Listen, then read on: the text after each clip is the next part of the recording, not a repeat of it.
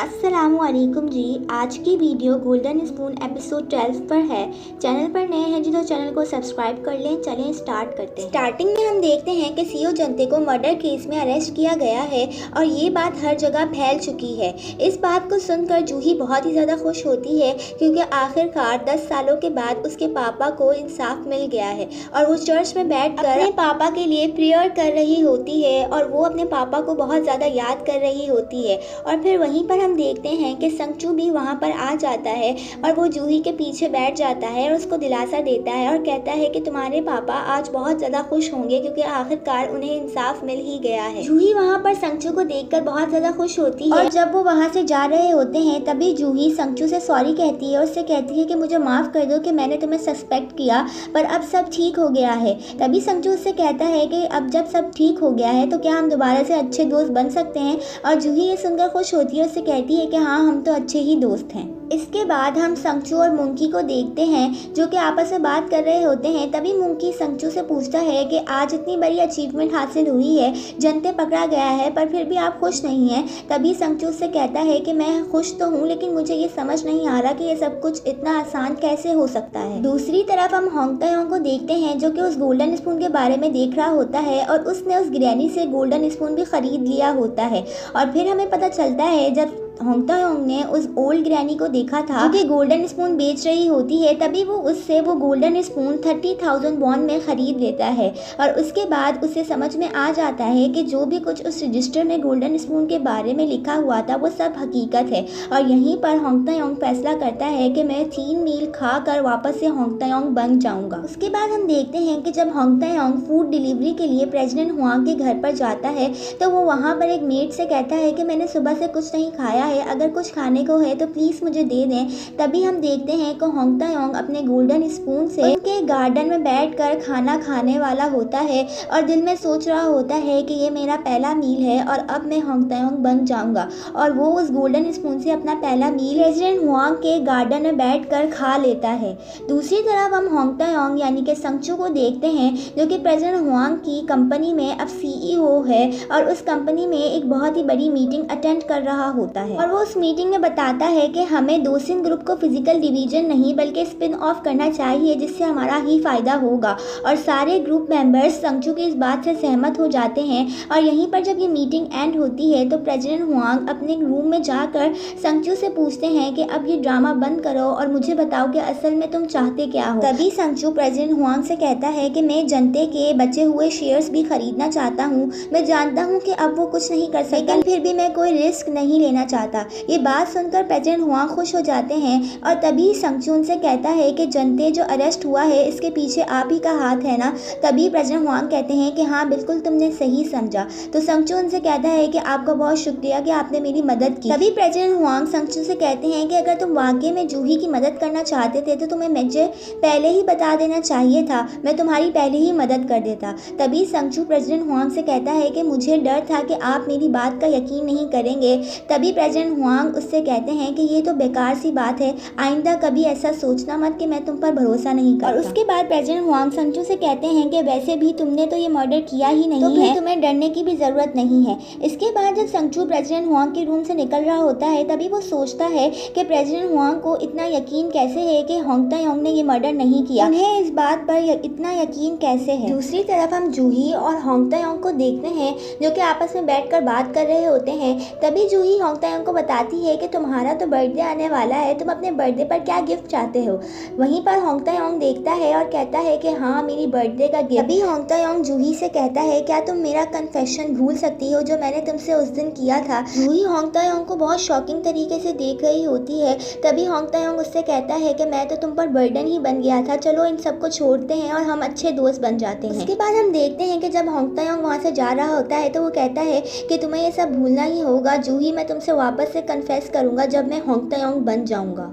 दूसरी तरफ हम यूजिन और जांगू को देखते हैं जो कि बात कर रहे होते हैं। तभी जांगू यूजिन से कहता है कि तुम होंग तायोंग की कुछ ज़्यादा ही फिक्र करती हो, तुम्हें तो मैं दिखता ही नहीं हूँ। तुम्हें पता है तुम्हारे फादर कितना शॉक हो गए थे जब हम उस अजीब सी बूढ़ी औरत के पास गए थे।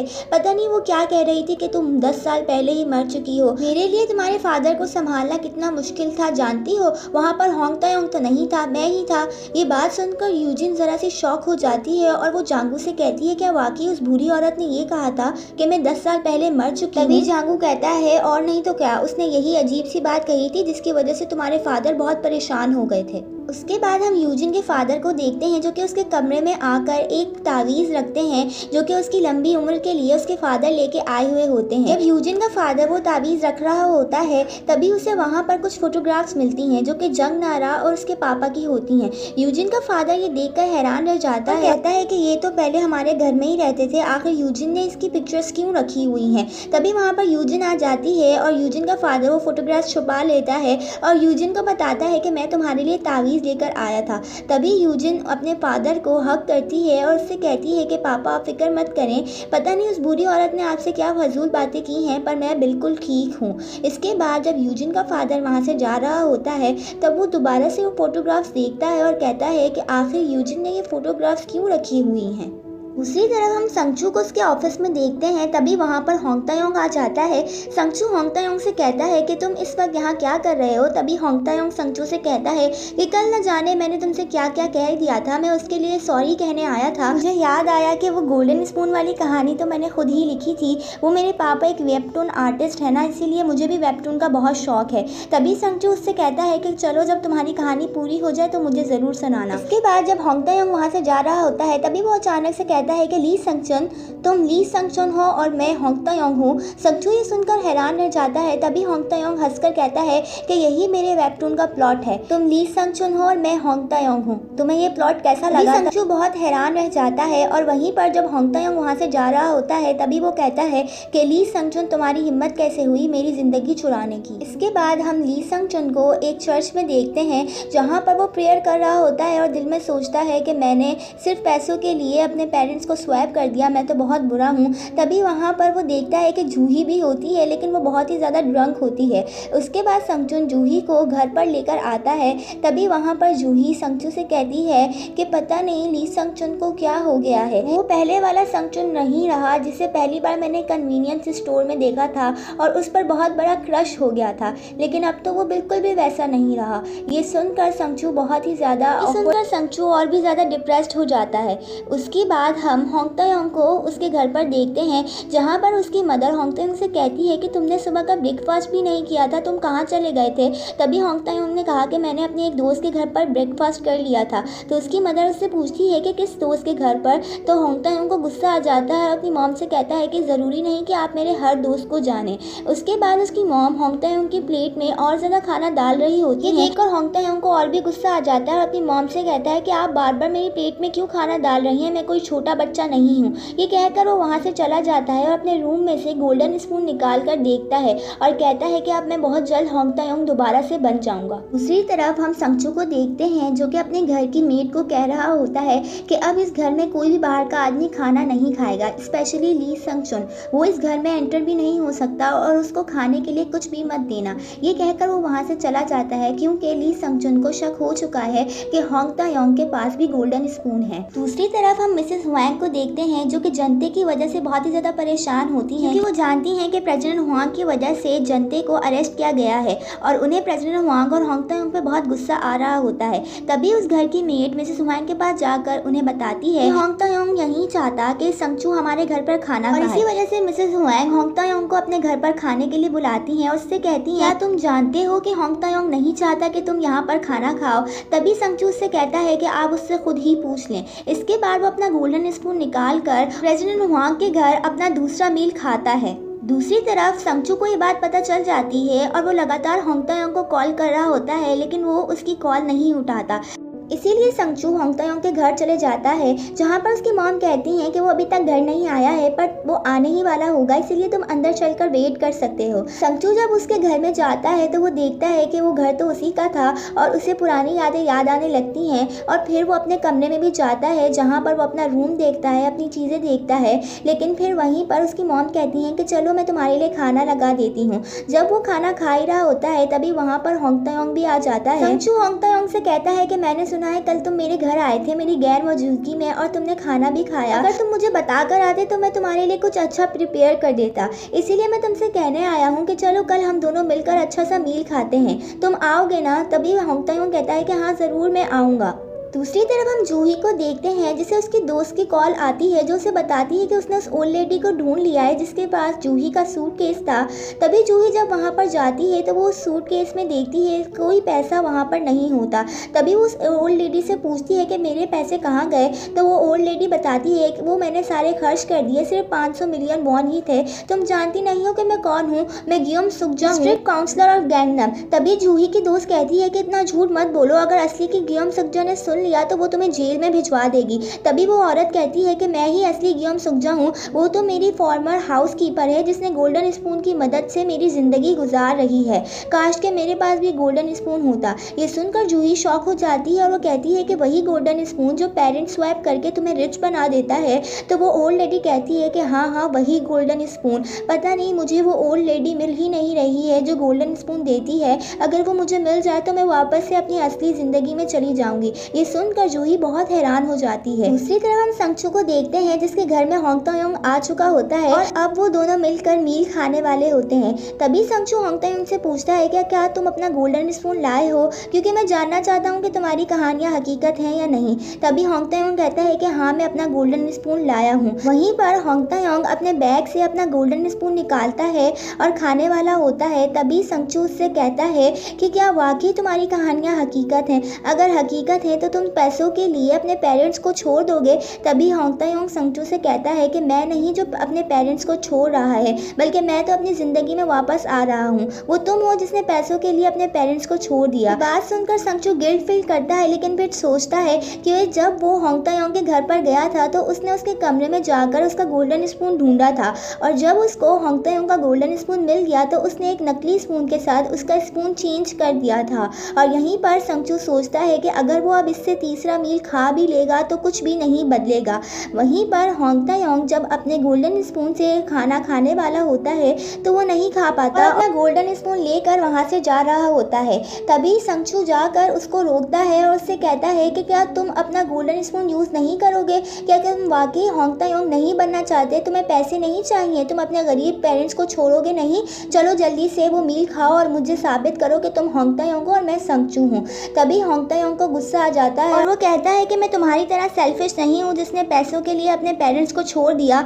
मैं दुनिया के सबसे अच्छे पेरेंट्स को पैसों के लिए नहीं छोड़ सकता। जाओ, ये ज़िंदगी तुम्हें ही मुबारक हो। मैं आज से ली संगचुन और तुम होंग तायोंग हो। ये पैसे तुम्हें ही मुबारक हो। ये कहकर होंग तायोंग वहाँ से चला जाता है और संगचू ये देखकर बहुत ही ज़्यादा रोने लगता है और दिल में सोचता है कि मैं ही हूँ जिसने पैसों के लिए अपने पेरेंट्स को छोड़ दिया।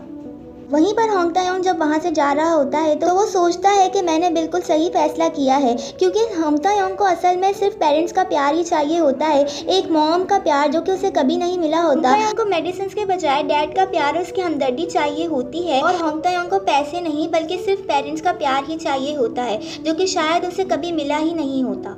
इसके बाद हम संगचू को देखते हैं जिसकी हालत अब बहुत बुरी हो चुकी होती है और वो ड्रिंक कर रहा होता है। वहीं पर यूजिन आ जाती है और उससे पूछती है कि मुझे बताओ क्या हुआ, क्या वाकई होंग तायोंग के पास भी गोल्डन स्पून है? तभी संगचू उससे कहता है कि हाँ उसके पास एक गोल्डन स्पून है। और तुम्हें पता है यूजिन कि आज उसने क्या किया? उसने वो किया जो मैं कभी कर ही नहीं सकता। उसने पैसे नहीं बल्कि मेरे पेरेंट्स को चुना। उसने गोल्डन स्पून से खाना ही नहीं खाया। वो तो मैं ही हूँ जिसने पैसों के लिए अपने पेरेंट्स को छोड़ दिया। मैं कभी भी होंग तायोंग बन ही नहीं सकता, मैं होंग तायोंग हूँ ही नहीं। वहीं पर जूही उसे चुप कर आती है और उसे संभालती है और उससे कहती है कि इसमें तुम्हारी गलती नहीं। दूसरी तरफ हम जूही को देखते हैं जो कि गोल्डन स्पून के बारे में सोच रही होती है और कहती है कि संगचू की बहुत सारी बातें अब वैसी नहीं जैसे पहले की थीं, और वहीं पर होंग तायोंग बहुत सी बातें संगचू जैसी करता है। कुछ तो अजीब है, उसके पास वो सॉल्यूशन वाली बुक भी थी जो कि मैंने संगचू को दी थी, पर होंग तायोंग के पास वो बुक कहाँ से आई? क्या गोल्डन स्पून वाली कहानी हकीकत तो नहीं?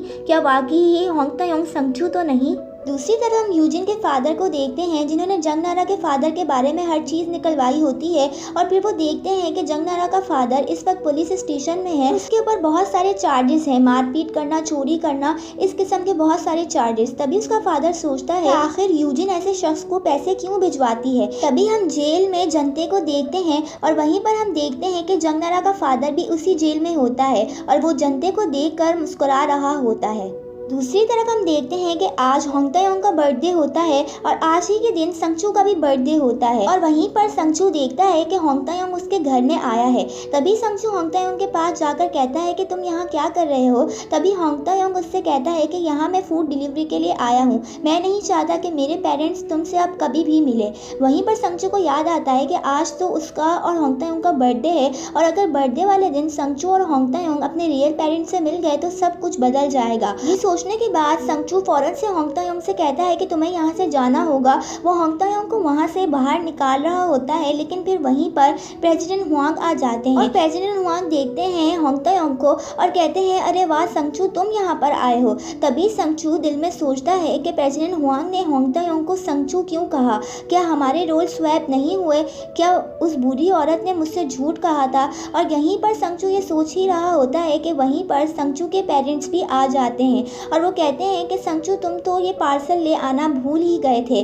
और वहीं पर हम देखते हैं कि संगचू का फादर संगचू को ही संगचू बोल रहा होता है, बल्कि उसे होंग तायोंग को संगचू बोलना चाहिए, लेकिन वो संगचू को ही अपना बेटा बोल रहा होता है। और यहाँ पर ये क्लियर हो जाता है कि इन दोनों के कैरेक्टर वापस से स्वैप हो चुके हैं।